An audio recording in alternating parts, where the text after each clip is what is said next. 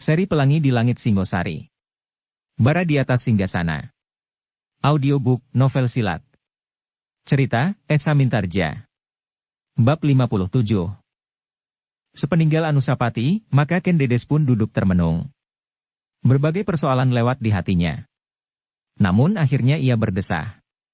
Aku terpaksa melakukannya. Maka Ken Dedes pun memutuskan untuk memohon kepada Sri Rajasa agar Mahisa Agni diperkenankan menengoknya, karena ia sedang sakit. Pura-pura sakit.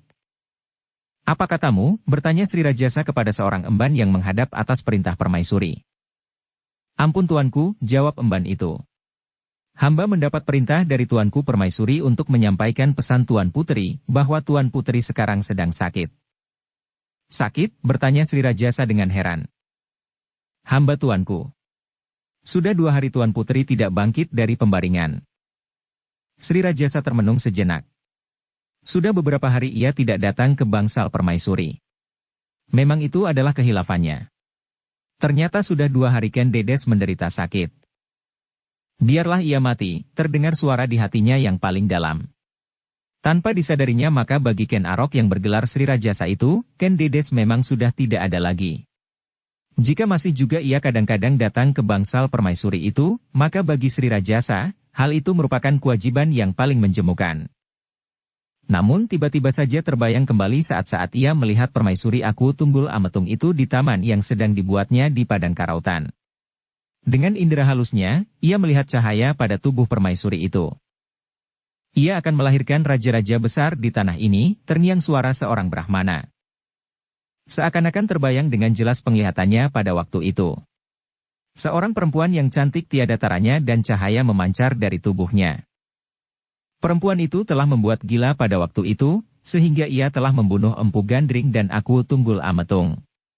Mengumpankan Kebo Ijo dan bahkan karena perbuatannya pula, maka Mahisa Agni telah naik ke arena melawan Panglima Pasukan Pengawal pada waktu itu, Witantra. Banyak peristiwa telah terjadi, berkala Ken Arok di dalam hatinya. Apakah sekarang aku tidak menghiraukannya lagi karena sudah ada Ken Umang yang seolah-olah masih tetap muda? Tetapi tiba-tiba Ken Arok menggeram di dalam dirinya. Bukan. Bukan Ken Dedes yang akan melahirkan raja-raja besar di tanah ini. Akulah yang berhak menentukan, siapakah yang akan mewarisi tahta Singasari kelak. Sesaat Ken Arok masih digulat oleh pergolakan di dalam dirinya, sehingga emban yang menghadapnya sama sekali tidak berani berbuat apapun juga, selain duduk tepekur sehingga kepalanya menjadi pening karenanya. Namun akhirnya ia berkata kepada emban itu. Kembalilah. Aku akan datang menengoknya nanti. Hamba tuanku. Hamba akan menyampaikannya kepada tuanku permaisuri. Sepeninggal emban itu, Ken Arok masih saja merenung. Kadang-kadang timbullah niatnya untuk mengusahakan penyembuhan bagi permaisuri jika sakitnya memang agak berat. Tetapi kadang-kadang ia justru melihat bahwa hal ini akan semakin menekan perasaan Anusapati dan membuatnya semakin bingung. Anusapati benar-benar sudah tidak aku perlukan, desis Sri Rajasa. Sebenarnya aku masih mengharapkan agar Ken Dedes tetap baik. Hidupnya yang prihatin selama ini membuat dirinya menjadi lebih tua dari umurnya yang sebenarnya. Tetapi aku sama sekali tidak senang kepada anak Tunggul Ametung itu, tiba-tiba Sri Rajasa menggeram. Kenapa aku tidak berterus terang kepada rakyat Singasari sejak semula, meskipun aku yakin, sebagian dari mereka sudah mengetahuinya. Tetapi Sri Rajasa tidak dapat mengulangi apa yang sudah lalu. Yang sekarang ada, adalah Anusapati, putra Tunggul Ametung yang lahir dari permaisurinya, sebagai seorang putra mahkota yang telah diangkatnya sendiri, dan diakui oleh rakyat Singasari, bahkan bukan saja sebagai putra mahkota tetapi juga sebagai pelindung dalam pakaian kesatria putih. Sejenak Sri Rajasa masih merenung. Namun kemudian ia pun segera berdiri dan berkata kepada diri sendiri. Aku akan menengoknya. Jika keadaannya memungkinkan, aku justru akan mendapat kesempatan untuk menyampaikan niatku. Dalam keadaan sakit ia akan dapat menahan gelora hati Anusapati, karena agaknya Anusapati sangat mengasihi ibunya. Aku akan minta Ken Dedeslah yang menyatakan keadaan anaknya itu yang sebenarnya. Dengan demikian, maka akan ada suatu kemungkinan, bahwa Anusapati yang merasa dirinya tidak berhak atas tahta itu mengundurkan dirinya atas permintaan sendiri. Sesudah itu, untuk melenyapkan pengaruhnya, maka jalan yang manapun akan lebih mudah ditempuh, karena apabila ia bukan lagi seorang putra mahkota, maka hidupnya tidak akan lagi menjadi pusat perhatian rakyat Singasari. Meskipun tidak dengan serta-merta, dan dalam waktu yang pendek, namun akhirnya Anusapati pasti akan tersingkir dari hati rakyat Singasari, dan bahkan tersingkir untuk selama-lamanya. Sri Rajasa kemudian mengangguk-anggukan kepalanya. Rencananya ini dapat dijadikannya salah satu jalan dari jalan yang lain yang masih direncanakannya. Baru sesudah Anusapati menyadari dirinya, aku akan berusaha menyembuhkan Ken Dedes, berkata SN Rajasa di dalam hatinya. Demikianlah maka Sri Rajasa pun menyampaikan maksudnya itu kepada penasihatnya untuk mendapat penimbangan. Ternyata bahwa hal itu benar-benar telah menarik perhatiannya dan dengan serta-merta ia berkata, "Bagus sekali tuanku. Hamba kira kali ini tuanku akan berhasil. Selagi tuanku Permaisuri sakit, tuanku Anusapati tentu tidak akan berbuat apapun juga. Ia akan menekan perasaannya dan bahkan akan melihat ke dalam dirinya sendiri, bahwa sebenarnya lah ia tidak berhak atas kedudukannya. Tetapi apakah menurut pertimbanganmu Ken Dedes akan bersedia mengatakannya? Hamba berharap bahwa tuanku dapat membujuknya selagi ia sakit. Tetapi apakah ia tidak akan sampai kepada rahasia yang paling dalam pernah terjadi di Singasari? Rahasia yang mana tuanku? Maksud tuanku bukankah tuanku Permaisuri harus mengatakan rahasia itu kepada putranya itu? Bahwa tuanku Anusapati memang bukan putra tuanku Sri Rajasa? Sri Rajasa menarik nafas dalam-dalam. Selain rahasia itu masih ada rahasia lain yang tidak kalah besarnya. Meskipun tidak pasti, tetapi permaisurinya tentu pernah menangkap suatu siratan kata-katanya, bahwa ia telah menyingkirkan aku Tunggul Ametung dengan sengaja.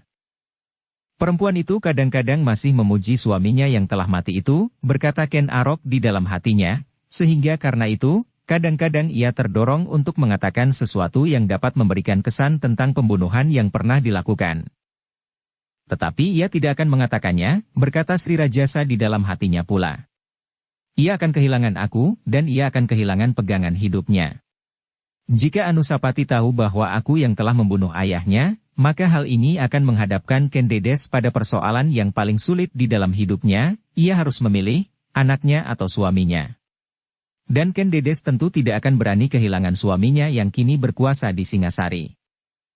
Demikianlah maka akhirnya Sri Rajasa mengambil keputusan, bahwa ia benar-benar akan minta kepada Ken Dedes yang sedang dalam keadaan sakit itu untuk mengatakan saja kepada anak laki-lakinya, bahwa sebenarnya ia memang bukan putra Sri Rajasa.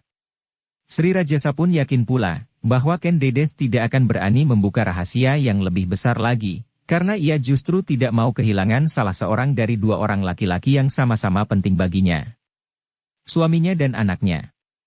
Jika ia diam dalam hubungan dengan terbunuhnya Tunggal Ametung, maka ia tidak akan melihat alasan apapun yang dapat membahayakan jiwa anaknya selain kehilangan gelarnya sebagai putra mahkota. Persoalan selanjutnya akan menjadi lebih mudah, berkata Ken Arok kepada diri sendiri. Maka ketika ia benar-benar pergi ke bangsal permaisurinya, ia sudah menyiapkan kalimat-kalimat yang paling baik dikatakan untuk mendesak agar Ken Dedes yang dianggapnya sakit itu tidak berkeberatan untuk mengatakannya. Ketika ia memasuki bilik permaisuri, dilihatnya permaisuri yang pucat berbaring di pembaringannya berselimut kain panjang berwarna kelam. Dengan demikian seakan-akan permaisuri itu benar-benar dalam keadaan sakit yang agak berat. Ampun tuanku, hamba tidak dapat menyambut kedatangan tuanku sebagaimana seharusnya. Berbaringlah, berkata Sri Rajasa. Jika kau masih merasa sakit, kau dapat mengesampingkan tata cara yang seharusnya berlaku. Terima kasih tuanku, jawab Ken Dedes. Ken Aroklah yang kemudian berdiri di sisi pembaringan permaisurinya. Dengan dada yang berdebar-debar dipandanginya wajah yang suram dan pucat itu. Bagaimanapun juga, ketika ia sudah berdiri di samping Ken Dedes yang terbaring itu, terasa sesuatu telah menyentuh hatinya. Sekilas terbayang kembali bagaimana ia menjadi tergila-gila di saat-saat ia melihatnya untuk pertama kali. Kecantikan perempuan padepokan Panawijen itu benar-benar telah mencengkamnya, sehingga ia telah berbuat gila karenanya. Namun kegilaannya saat itu telah mendorongnya sehingga ia kini berada di atas tahta Singasari. Ken Arok itu pun menarik nafas dalam-dalam. Kecantikan Ken Dedes masih tampak pada wajahnya yang berkerut-merut. Bahkan semakin tajam Sri Rajasa memandanginya, tampaklah olehnya bahwa perempuan ini lebih cantik dari Ken Umang. Namun Ken Umang adalah perempuan yang segar dan kadang-kadang tubuhnya panas membara, sehingga Sri Rajasa telah dicengkamnya lahir dan batinnya. Tetapi di hadapan Ken Dedes yang sedang sakit, hati Sri Rajasa seakan-akan menjadi luluh. Ia tidak dapat melupakan apa yang pernah terjadi di saat-saat mereka masih cukup muda untuk memadu hati. Tetapi kini anak-anak mereka seorang demi seorang telah lahir dan menjadi dewasa. Bahkan cucu-cucunya pun telah lahir pula, sehingga masa-masa yang indah itu hanyalah tinggal merupakan suatu kenangan. Namun kenangan masa lampau itu kadang-kadang memang menumbuhkan kerinduan. Apakah yang kau rasakan? Sri Rajasa pun kemudian bertanya dengan suara yang dalam. Ampun tuanku, hamba tidak tahu apakah sebenarnya sakit hamba. Tetapi rasa-rasanya badan hamba menjadi terlalu lemah dan kepala hamba menjadi pening. Sri Rajasa mengangguk-anggukan kepalanya. Katanya, biarlah aku mengundang dukun yang paling pandai di negeri ini. Kau akan segera disembuhkan. Tidak perlu tuanku. Biarlah hamba minum obat yang setiap hari disediakan oleh seorang emban. Hamba merasa bahwa keadaan hamba menjadi bertambah baik. Sri Rajasa terdiam sejenak. Ada semacam benturan perasaan di dalam dirinya. Kadang-kadang ia masih juga teringat rencana yang sudah dipikirkannya masak-masak. Namun jika ditatapnya wajah Ken Dedes yang membayangkan masa-masa mudanya, ia menjadi ragu-ragu. Namun sejenak kemudian ia berkata, apakah kau yakin bahwa kau akan sembuh karena obat itu? Ya tuanku. Obat apakah itu? Pipisan Telagrandel selengkapnya. Akar, kulit, pelepah, daun dan buahnya yang masih sangat muda, serta beberapa lembar bunga dan daunnya. Hanya itu? Hamba tuanku. Sri Rajasa mengangguk-anggukan kepalanya. Ia pun kemudian berjalan mondar-mandir di dalam bilik itu. Sejenak ia berdiri di muka geledek kayu berukir melihat-lihat beberapa buah benda yang terletak di dalamnya.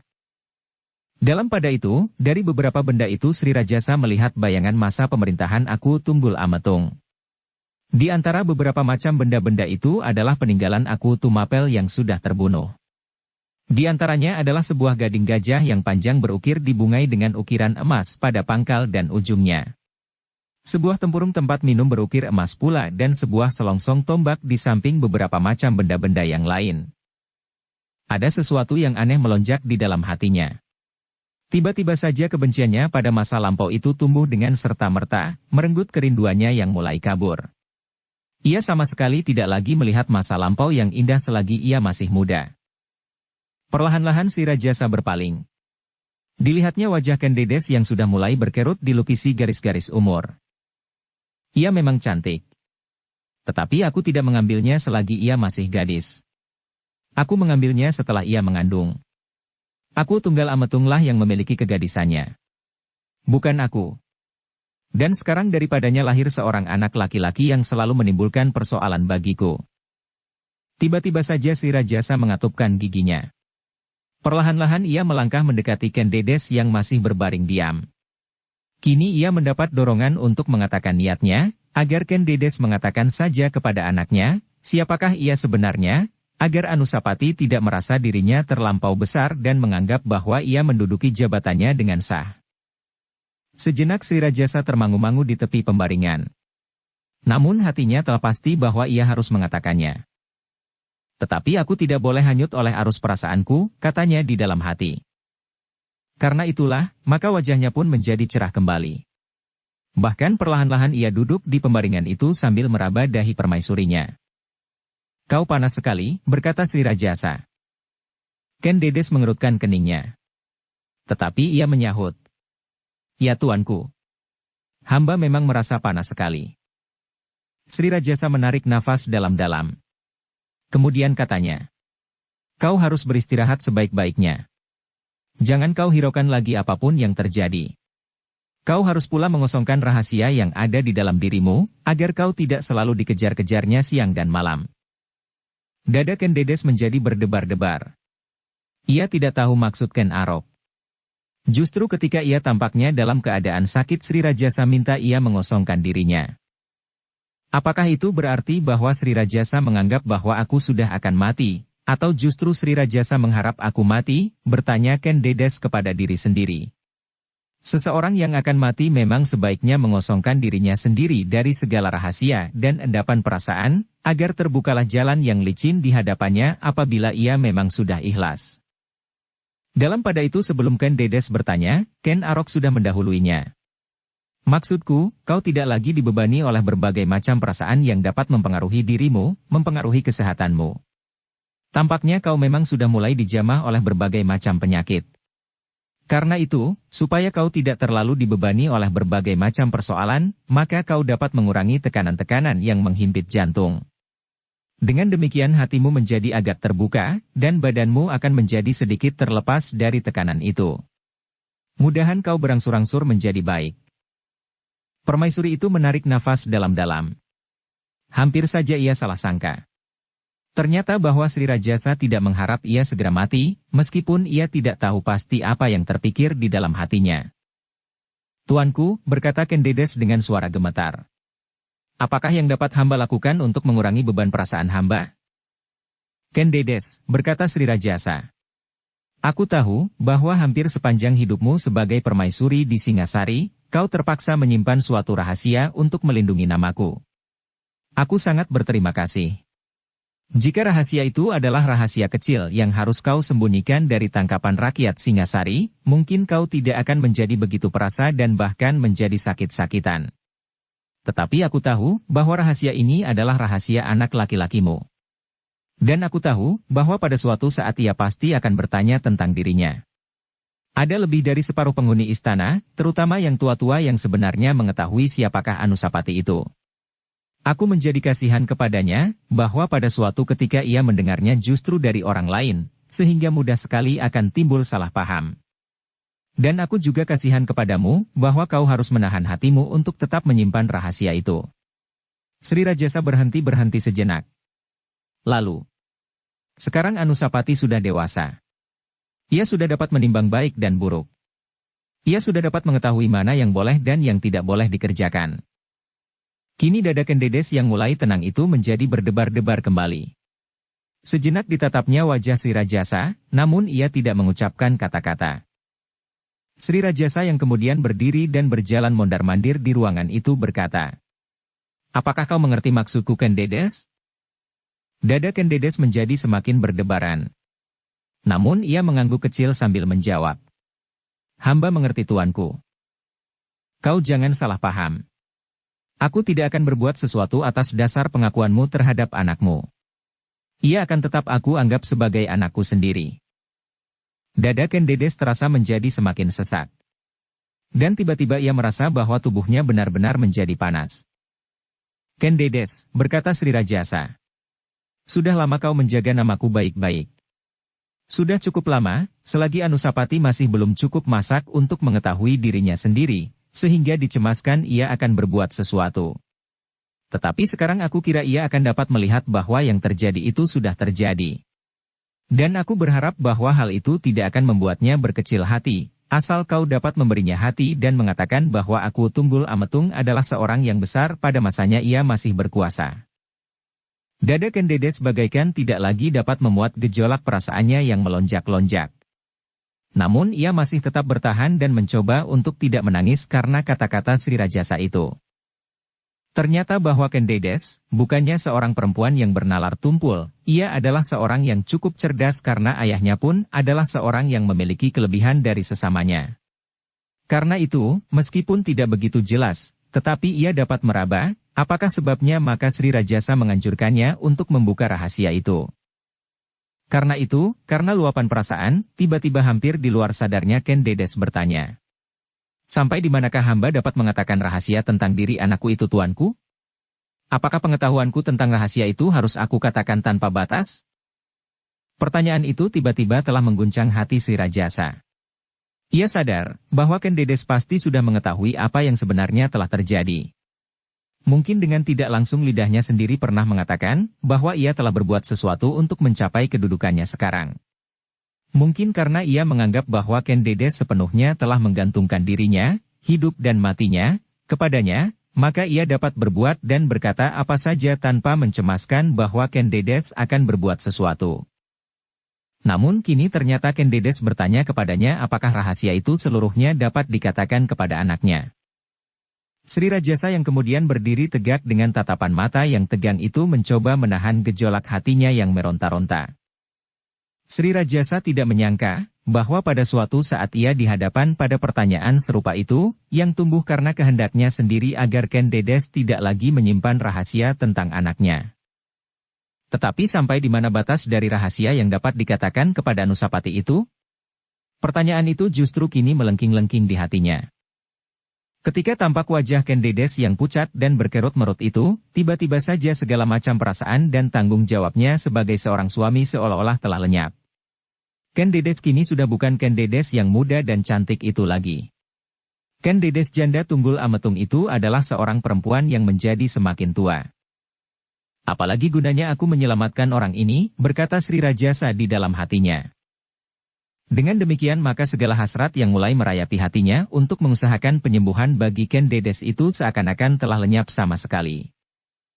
Namun demikian Ken Arok sadar bahwa ia harus menjawab pertanyaan Ken Dedes itu. Karena itu, maka terdengar suaranya yang dalam tertahan-tahan. Kau sudah cukup tua Ken Dedes. Seharusnya kau tidak bertanya kepadaku. Terserahlah kepadamu apa yang kau anggap baik kau katakan kepada anakmu itu. Kalau kau ingin mengajarinya menjadi manusia yang baik, kau tahu batas-batas yang sebaiknya kau katakan. Tetapi jika kau ingin melihat anakmu menjadi seorang yang dapat dianggap oleh rakyat Singasari sebagai seorang yang biadab, kau dapat mengatakan apa saja yang kau ketahui tentang anak itu, tentang Tunggul Ametung yang sudah mati itu dan tentang aku sendiri. Tuanku. Ya, itulah jawabanku. Ingat, bahwa setiap usaha untuk mengacaukan Singasari dapat berakibat kematian. Meskipun ia putra mahkota sekalipun. Tuanku, apakah maksud tuanku hendak mengancam agar aku mengatakan kepada Anusapati bahwa ia bukan putra tuanku dan agar aku membuatnya hatinya susut sekecil butiran pasir yang paling lembut?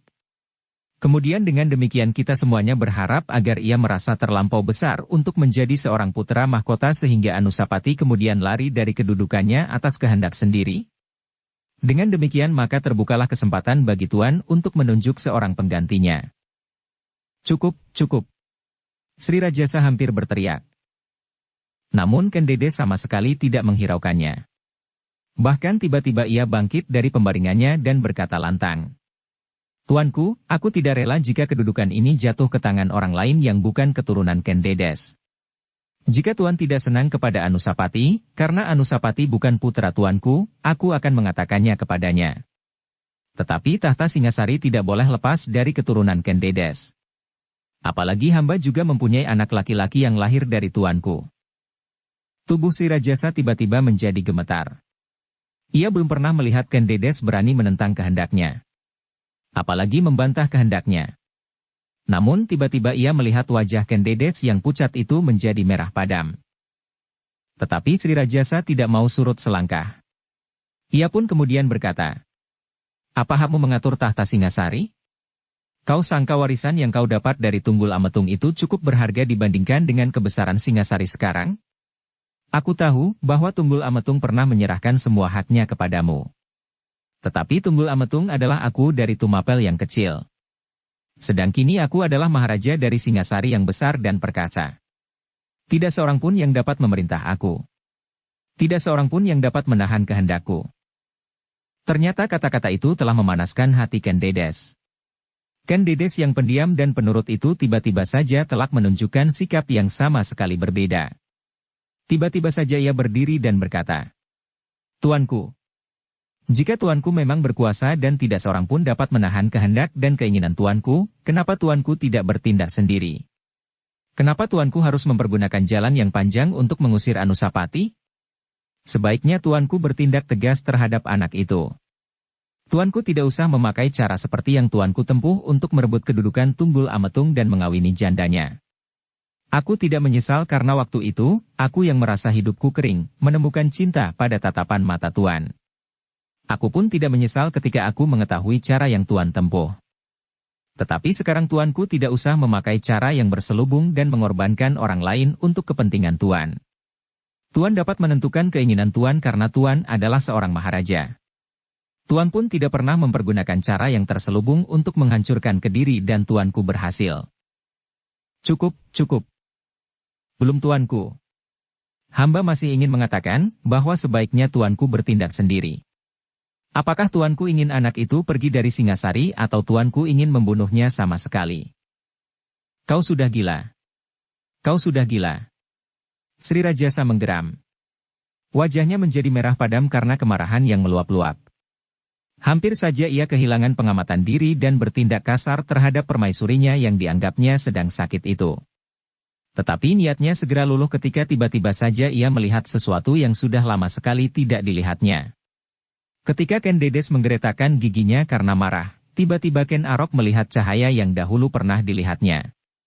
Cahaya yang menyilaukan memancar dari tubuh perempuan yang lemah itu. Dengan dada yang berdebar-debar Ken Arok mengusap matanya. Semula ia tidak begitu yakin akan penglihatannya. Namun semakin lama cahaya itu seakan-akan menjadi semakin terang. Sejenak Ken Arok terpaku diam. Tetapi cahaya yang menyilaukan itu seakan-akan berkata kepadanya. Akulah yang berhak menurunkan raja di atas tanah ini. Bukan orang lain. Tiba-tiba Ken Arok menutup kedua belah matanya dengan tangannya. Tetapi cahaya yang silau itu tidak dapat dihindarinya. Meskipun matanya terpejam dan kedua belah telapak tangannya menutup matanya, tetapi rasa-rasanya ia masih tetap tersilau oleh cahaya yang pernah dikenalnya. Cahaya yang telah membuatnya semakin gila di saat mudanya. Ken Dedes yang sedang marah itu sempat juga menyaksikan apa yang dilakukan oleh Ken Arok. Dengan terheran-heran ia melihat sikap yang tidak dimengertinya itu. Kenapa tiba saja Ken Arok seakan-akan menjadi silau memandangnya? Sedangkan Dedes sendiri sama sekali tidak menyadari apa yang sebenarnya telah terjadi atasnya. Ken Dedes tidak menyadari bahwa dari dirinya telah memancar cahaya yang menyilaukan kedua mata Sri Rajasa itu.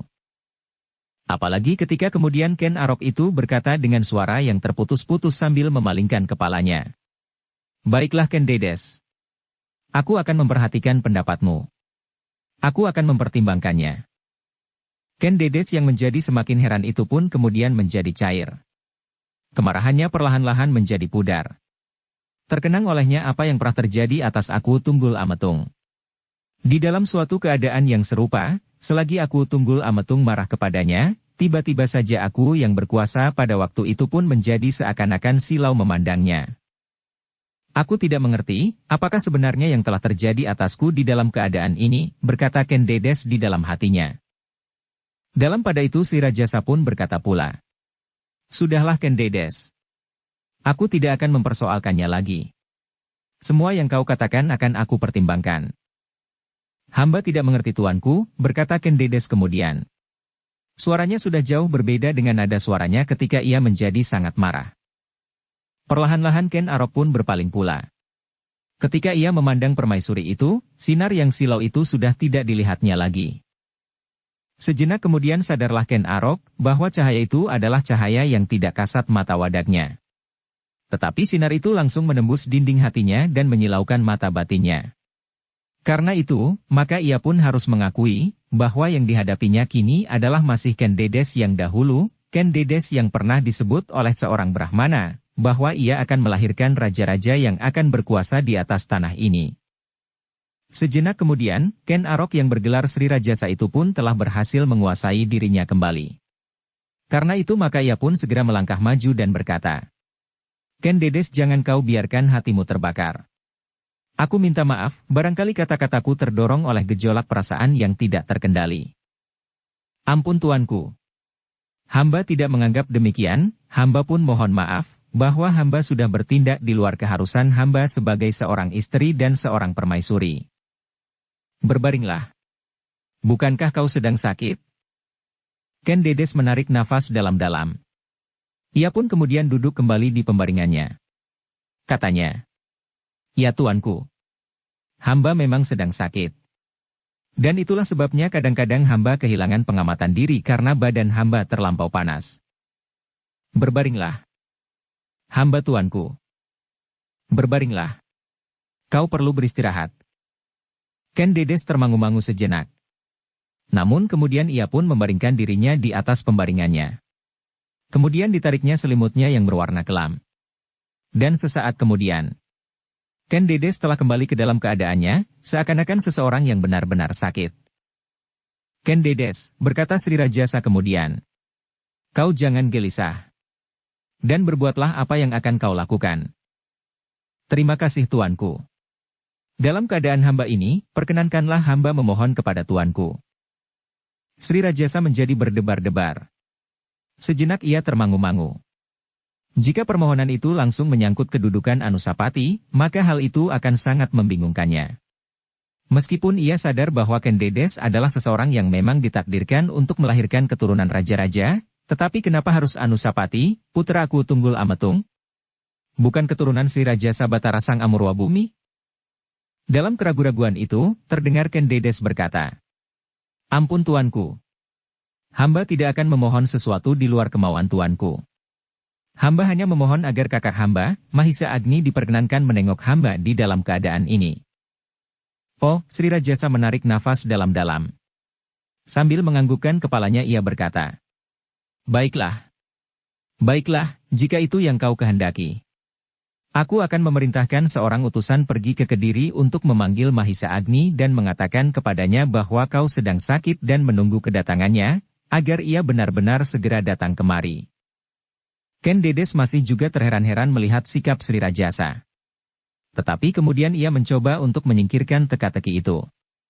Karena itu maka ia pun menyahut. Terima kasih tuanku. Hamba mengharap sekali kedatangan Kakang Mahisa Agni. Baik, baik. Aku akan memerintahkannya sekarang juga.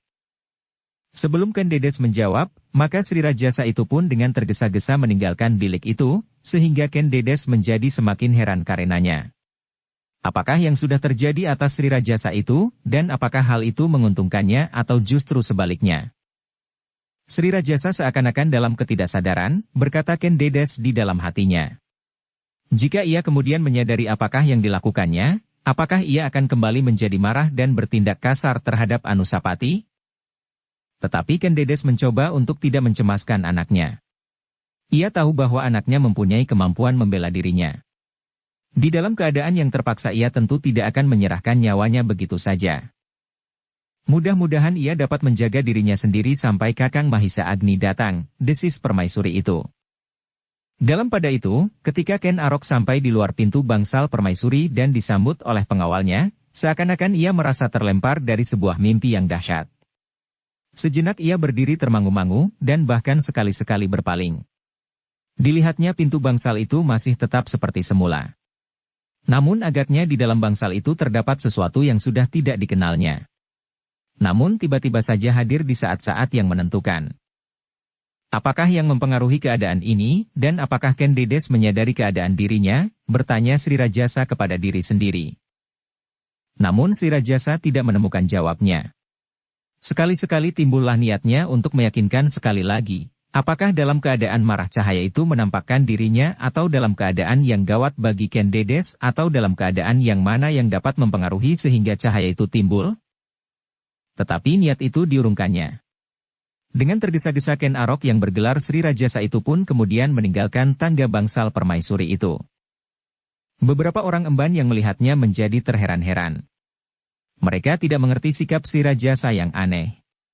Mereka mendengar suara Sri Rajasa yang agak keras di dalam bilik permaisuri, bahkan kemudian suara permaisuri keras pula sehingga mereka menjadi gemetar dan ketakutan. Jika Sri Rajasa marah dan permaisuri marah pula, mereka tentu akan bertengkar. Hal yang hampir tidak pernah terjadi, karena permaisuri tidak pernah membantah atau mengelakkan kata-kata Sri Rajasa. Namun tidak seorang pun yang berani mempercakapkan hal itu. Mereka hanya menyimpannya di dalam hati masing-masing. Dalam pada itu, Sri Rajasa pun langsung memanggil beberapa orang perwira. Diperintahkannya untuk mengutus seorang gandek pergi ke Kediri untuk memanggil Mahisa Agni atas namanya. Beritahukan bahwa adiknya Ken Dedes sedang sakit dan mengharap kedatangannya segera. Hamba tuanku. Hamba akan memerintahkan seseorang untuk berangkat hari ini. Demikianlah. Perwira itu pun segera pergi menemui seorang utusan yang diperintahkannya saat itu juga berangkat untuk menyampaikan perintah Sri Rajasa, memanggil Mahisa Agni. Dalam pada itu, sebenarnya lah bahwa Mahisa Agni sudah menunggu, kapan Sri Rajasa memanggilnya. Bahkan hampir tidak bersabar ia menanti hari-hari berikutnya. Demikianlah ketika utusan Sri Rajasa menghadapnya, Mahisa Agni pun menarik nafas dalam-dalam. Apakah Tuan Putri sedang sakit panas atau pening atau sakit apa? Hamba tidak mengetahuinya. Baiklah. Aku akan segera pergi ke Singasari. Sampaikan kepada Sri Rajasa, bahwa setelah aku mempersiapkan diri dan meninggalkan pesan-pesan di Kediri, aku akan segera pergi ke Singasari. Sepeninggal utusan itu, maka Mahisa Agni pun segera mempersiapkan diri. Setelah berpesan kepada para pemimpin Kediri dan jurutamannya, maka ia pun segera mempersiapkan kudanya. Apakah kau akan pergi sendiri? Bertanya kuda Sempana yang menjadi jurutaman pula di istana Kediri. Ya. Aku akan pergi sendiri. Tetapi aku berharap dapat menemui Kakang Witantra atau Mahendra. Jika aku tidak bertemu dengan keduanya, sampaikan kepada mereka bahwa aku pergi ke Singasari. Agaknya aku harus mengambil sikap yang pasti menghadapi Sri Rajasa dan Tohjaya. Aku tidak mengerti apa yang sekarang telah mereka rencanakan. Baiklah. Mudah-mudahan kau berhasil. Jika keturunan Panawijen berhasil mempertahankan gelarnya, aku akan berbangga. Mahisa Agni mengangguk-anggukan kepalanya. Tetapi sesuatu telah terbersit di hatinya. Seperti dirinya sendiri, kuda Sempana pun pernah tergila-gila kepada Ken Dedes. Namun ia tidak berhasil mendapatkannya karena aku Tunggul Ametung. Namun kini ia tidak dapat mendendam anak aku itu. Bahkan sebaliknya. Ia merasa wajib melindunginya, karena ia adalah anak Ken Dedes. Demikianlah di hari berikutnya Mahisa Agni bersiap untuk pergi ke Singasari. Ternyata ia masih sempat bertemu dengan Witantra karena setiap kali baik Witantra maupun Mahendra selalu datang menghubunginya. Kadang mereka datang bersama-sama, kadang-kadang mereka datang berganti-gantian. Agaknya kita akan sampai pada batas terakhir dari cerita yang sangat menarik ini. Perang yang diam-diam terjadi di antara para penjabat tinggi di Singasari. Antara putra Sri Rajasa dan antara Sri Rajasa dengan Permaisuri. Kekalutan ini memang harus segera diakhiri. Tetapi kita harus menemukan akhir yang paling baik. Witantra mengangguk-anggukan kepalanya. Namun kemudian ia berdesis. Yang paling baik itu pun masih mempunyai beberapa kemungkinan. Paling baik bagi Sri Rajasa akan berbeda dengan yang paling baik bagi Anusapati. Ya. Mahisa Agni mengangguk-anggukan kepalanya. Itulah kelemahan kita sebagai manusia. Kita masih didasari penilaian dari sudut pandangan dan kepentingan diri sendiri. Di dalam keadaan yang gawat, kadang-kadang kita hanya mengenal suara hati sendiri. Baiklah Agni. Pergilah. Kehadiranmu akan sangat bermanfaat bagi Anusapati yang memerlukan pertimbangan. Sudah tentu bahwa Sumekar tidak akan dapat memberikan pertimbangan sebanyak yang dapat kau berikan. Terima kasih. Mungkin di dalam suatu saat yang berbahaya, aku memerlukan kau, Mahendra dan kuda Sempana. Aku tidak tahu apa yang akan terjadi nanti. Tetapi gambaran yang sekarang terbayang adalah kekerasan. Namun sampai di mana batasnya itulah yang tidak aku ketahui. Demikianlah maka Mahisa Agni pun segera pergi ke Singasari. Seperti biasanya, ia hampir tidak pernah membawa seorang pengawal pun. Namun kali ini Witantra merasa curiga. Jika utusan itu sekedar memancing perjalanan Mahisa Agni dan mencegatnya di perjalanan seperti yang pernah dilakukan di dalam istananya di Kediri, maka kekalutan pun pasti akan bertambah. Karena itu, maka ia pun mengikutinya dari kejauhan bersama kuda Sempana, meskipun mereka berangkat tidak dalam waktu yang bersamaan. Namun mereka pun bertemu pada suatu sidatan jalan memintas dan langsung mengikuti dan mengawasi perjalanan Mahisa Agni dari kejauhan. Mahisa Agni pun menyadari bahwa Witantra dan kuda Sempana sedang membayanginya. Sekali-sekali ia berpaling, namun ia tidak memberikan isyarat apapun kepada kedua orang itu. Di sepanjang perjalanan Mahisa Agni tidak menjumpai kesulitan apapun juga. Ternyata tidak ada seorang pun yang menunggunya di kelokan-kelokan jalan. Juga ketika hari menjadi malam. Meskipun demikian Mahisa Agni tetap berhati-hati agar tidak seorang pun yang dapat menyergapnya dengan tiba-tiba. Ketika Mahisa Agni mulai memasuki kota Singasari, maka barulah Witantra dan kuda Sempana melepaskan pengawasannya dan mereka pun segera kembali ke Kediri meskipun mereka harus berhenti dan beristirahat di tengah-tengah padang rumput karena kudanya yang payah. Diberinya kudanya kesempatan minum air dari belik di pinggir sungai dan makan rumputan yang hijau sementara keduanya duduk bersandar batu yang besar. Ternyata keduanya pun sempat terkantuk-kantuk, dan bahkan kadang-kadang terlena sejenak. Ketika kuda-kuda mereka sudah beristirahat, maka mereka pun segera kembali ke Kediri, meskipun mereka tidak lagi berpacu cepat-cepat.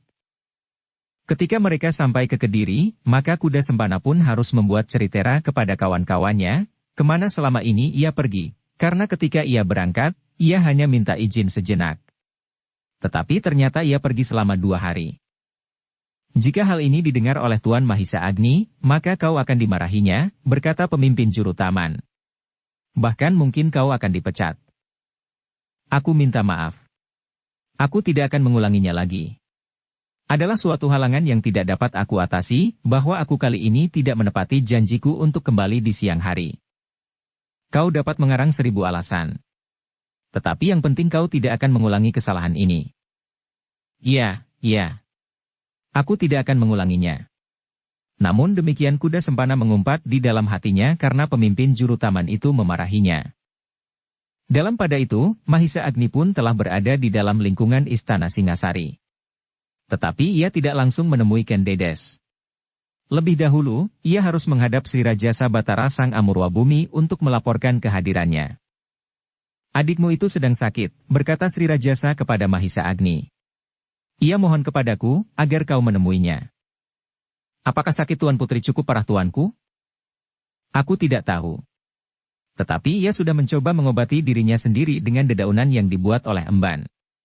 Ia masih belum bersedia untai berobat pada seorang tabib yang paling pandai. Mudah-mudahan ia segera sembuh. Hamba tuanku, jika berkenan di hati tuanku, hamba akan pergi menemui Tuan Putri itu tuanku. Pergilah. Tetapi jagalah agar ia tidak mengigau dan berbicara tentang sesuatu yang tidak disadarinya sendiri. Hamba tuanku. Hamba akan berusaha menyaring pembicaraannya. Baiklah. Panas tubuhnya telah membuatnya kadang-kadang tidak sadar atas apa yang dikatakannya sendiri. Mahisa Agni pun kemudian mohon diri untuk pergi ke bangsal permaisuri yang dikatakan oleh Sri Rajasa sedang sakit itu. Permohonan Mahisa Agni untuk menghadap, segera diberitahukan oleh seorang emban kepada permaisuri.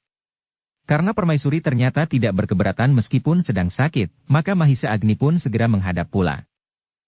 Duduklah, berkata Ken Dedes kepada Mahisa Agni. Terima kasih Tuan Putri, sahut Mahisa Agni yang kemudian duduk di atas sebuah dingklik kayu di sebelah pembaringan Ken Dedes. Tetapi Ken Dedes pun lalu bangkit. Bahkan ia pun berdiri dan menutup pintu biliknya. Kadang-kadang 1-2 orang emban lewat di luar, berkata Ken Dedes. Mahisa Agni menganggukkan kepalanya. Sudah lama aku ingin bertemu dengan Kakang Mahisa Agni, berkata Ken Dedes. Sehingga akhirnya Anusapati pun menganjurkannya. Ya Tuan Putri. Hatiku sudah menjadi semakin terpecah belah mendengar keluhan-keluhan Anusapati di saat-saat terakhir. Agaknya anak itu hampir tidak tahan lagi mengalami tekanan jiwa yang semakin parah. Hamba Tuan Putri. Di hadapan ibunya. Karena itu Kakang, aku ingin mendengar pendapatmu. Apakah yang sebaiknya aku lakukan dan apakah yang sebaiknya dilakukan oleh Anusapati? Mahisa Agni menarik nafas dalam-dalam. Keluhan apakah yang terakhir dikatakan oleh putra mahkota itu, bertanya Mahisa Agni. Sri Rajasa kini selalu marah kepadanya justru di muka banyak orang, di muka para pemimpin tertinggi Singasari dan para panglima. Bahkan pernah Sri Rajasa mengancam untuk menyingkirkan putra mahkota dan sebagaimana dikatakan, Sri Rajasa berhak untuk menentukan sikap atas hal itu. Mahisa Agni menarik nafas dalam-dalam. Katanya, Sri Rajasa dengan sengaja menyakiti hati Anusapati. Ya Kakang.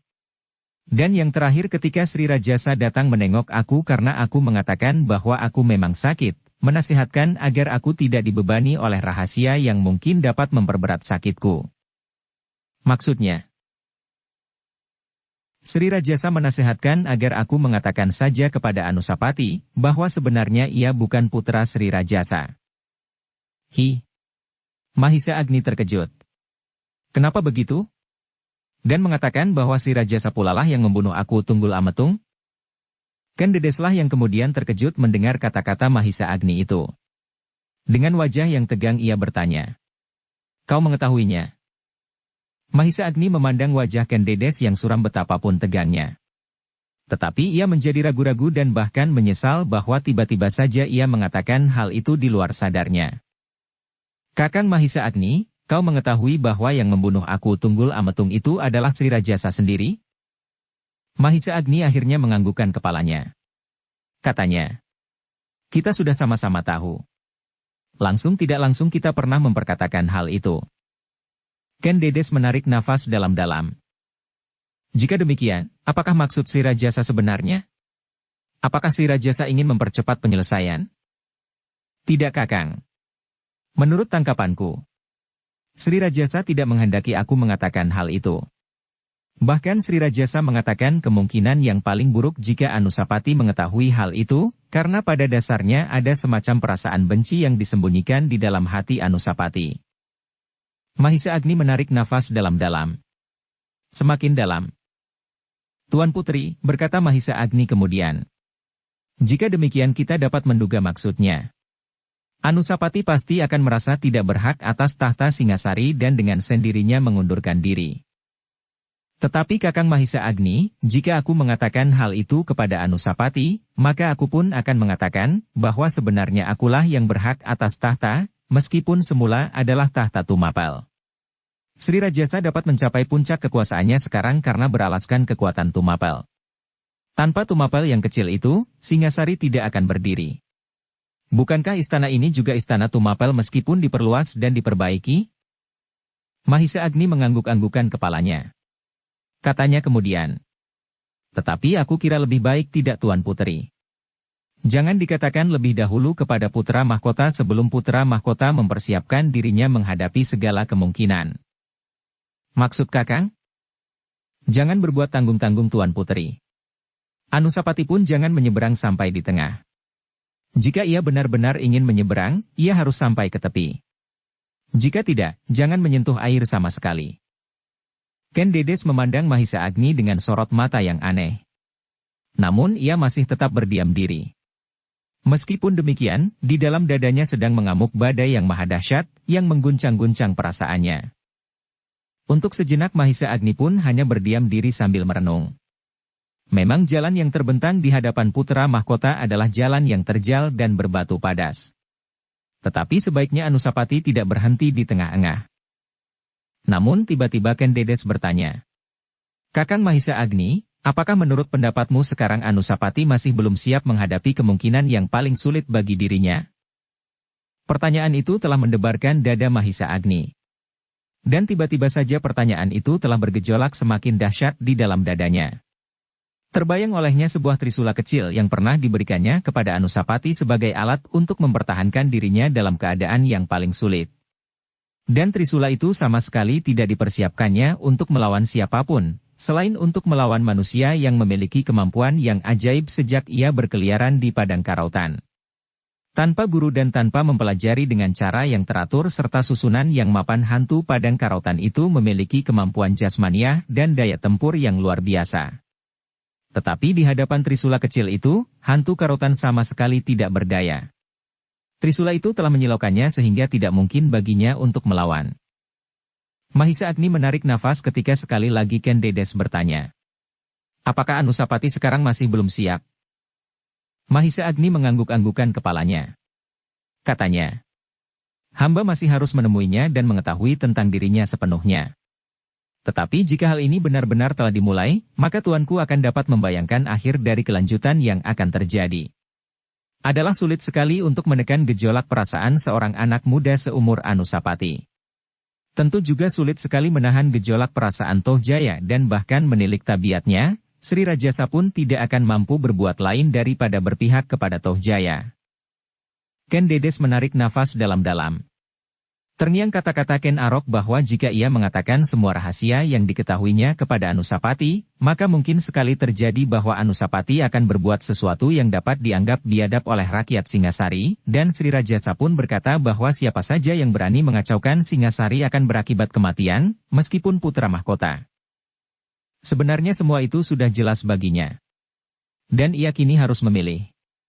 Apakah ia akan menyerahkan Anusapati sebagai korban ketamakan Ken Umang yang telah berhasil memperalat Sri Rajasa, atau ia harus mempertahankan martabatnya sebagai seorang permaisuri dan sebagai seseorang yang merasa berhak atas tahta Singasari? Tetapi pilihan yang pahit itu jelasnya akan menempatkan dua orang yang sama-sama penting baginya untuk dikorbankan salah seorang daripada mereka itu dari hatinya. Ia harus rela apabila salah seorang dari keduanya itu akan hilang dalam arti yang sangat luas. Dan pilihan yang demikian adalah pilihan yang paling pedih menyayat hatinya. Tiba-tiba saja Ken Dedes tidak dapat menahan gejolak perasaannya, sehingga tanpa disadarinya dari kedua matanya yang suram menitik air matanya yang bening. "Kakang Mahisa Agi," berkata permaisuri. "Aku dihadapkan pada keadaan yang hampir tidak tertanggungkan. Kau tahu apa yang akan terjadi atasku. Aku harus membenturkan dua pihak yang sama-sama aku cintai. Adalah menyedihkan sekali bahwa hal ini harus terjadi. Seandainya Sri Rajasa tidak jatuh di bawah pengaruh perempuan itu, maka semuanya pasti akan sampai pada akhir yang berbeda. Tetapi kita tidak dapat membebankan kesalahan itu seluruhnya kepada Ken Umang. Ia berhak berusaha untuk mencapai titik kepuasan yang setinggi-tingginya. Namun sayang, bahwa ia tidak memilih alas. Ia tidak segan-segan mengorbankan orang lain untuk memenuhi keinginannya yang melambung setinggi bintang di langit." Mahisa Agni mengangguk-anggukan kepalanya. Katanya, "Tuan Putri benar menurut pikiran hamba. Perempuan itu memang perempuan yang memiliki nafsu ketamakan yang berlebih-lebihan. Ia sudah mengajar anaknya untuk mengikuti jejaknya. Dan Sri Rajasa pun sudah terbenam di dalam arus ketamakannya itu, sehingga ia sama sekali tidak segan-segan untuk mengambil langkah yang sesat menurut penilaianku." Ken Dedes mengangguk-anggukan kepalanya. Namun kemudian ia berkata, "Tetapi kita pun dapat mengerti Kakang, tentu Sri Rajasa lebih mantap jika putranya sendirilah yang akan menduduki tahta yang selama ini telah dibinanya. Tetapi ia pun harus mengenal kebijaksanaan. Ia harus merasa bahwa dirinya adalah pengemban kekuasaan Tumapel waktu itu. Jika ia kemudian dapat mengembangkan kekuasaan Tumapel menjadi kerajaan Singasari yang sekarang, itu bukan berarti ia berhak dan karena kekuasaannya dapat menyerahkan tahta kepada siapapun yang dikehendaki. Apalagi, jika ia memang ingin menyerahkan tahta kepada keturunannya semata-mata.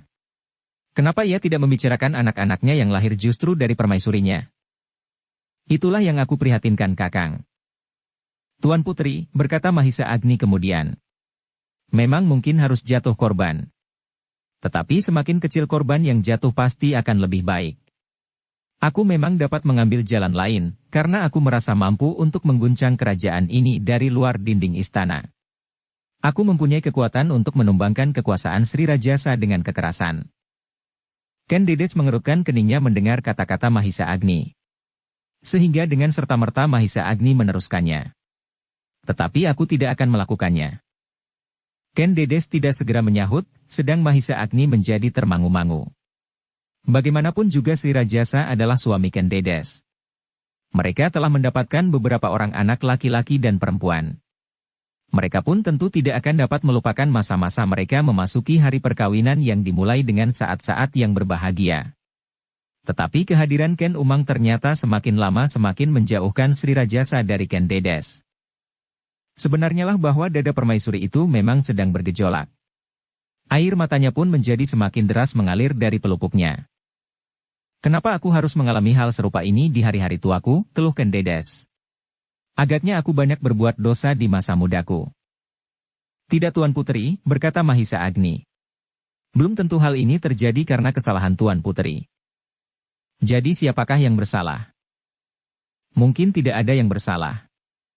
Tetapi kenapa aku harus mengalami hukuman ini? Juga belum tentu bahwa yang sedang tuanku alami ini suatu hukuman dari Yang Maha Agung. Justru karena Yang Maha Agung mengagumi ketabahan hati Tuan Putri, maka Tuan Putri telah mendapatkan kehormatan untuk mengalami pendadaran yang hebat. Jadi yang terjadi bukannya hukuman atau siksa, tetapi justru kesempatan untuk membuktikan bahwa Tuan Putri benar-benar seorang yang mampu dan kuat memegang tahta Singasari turun-temurun." Ken Dedes menarik nafas dalam-dalam. Mahisa Agni pun terdiam pula sejenak.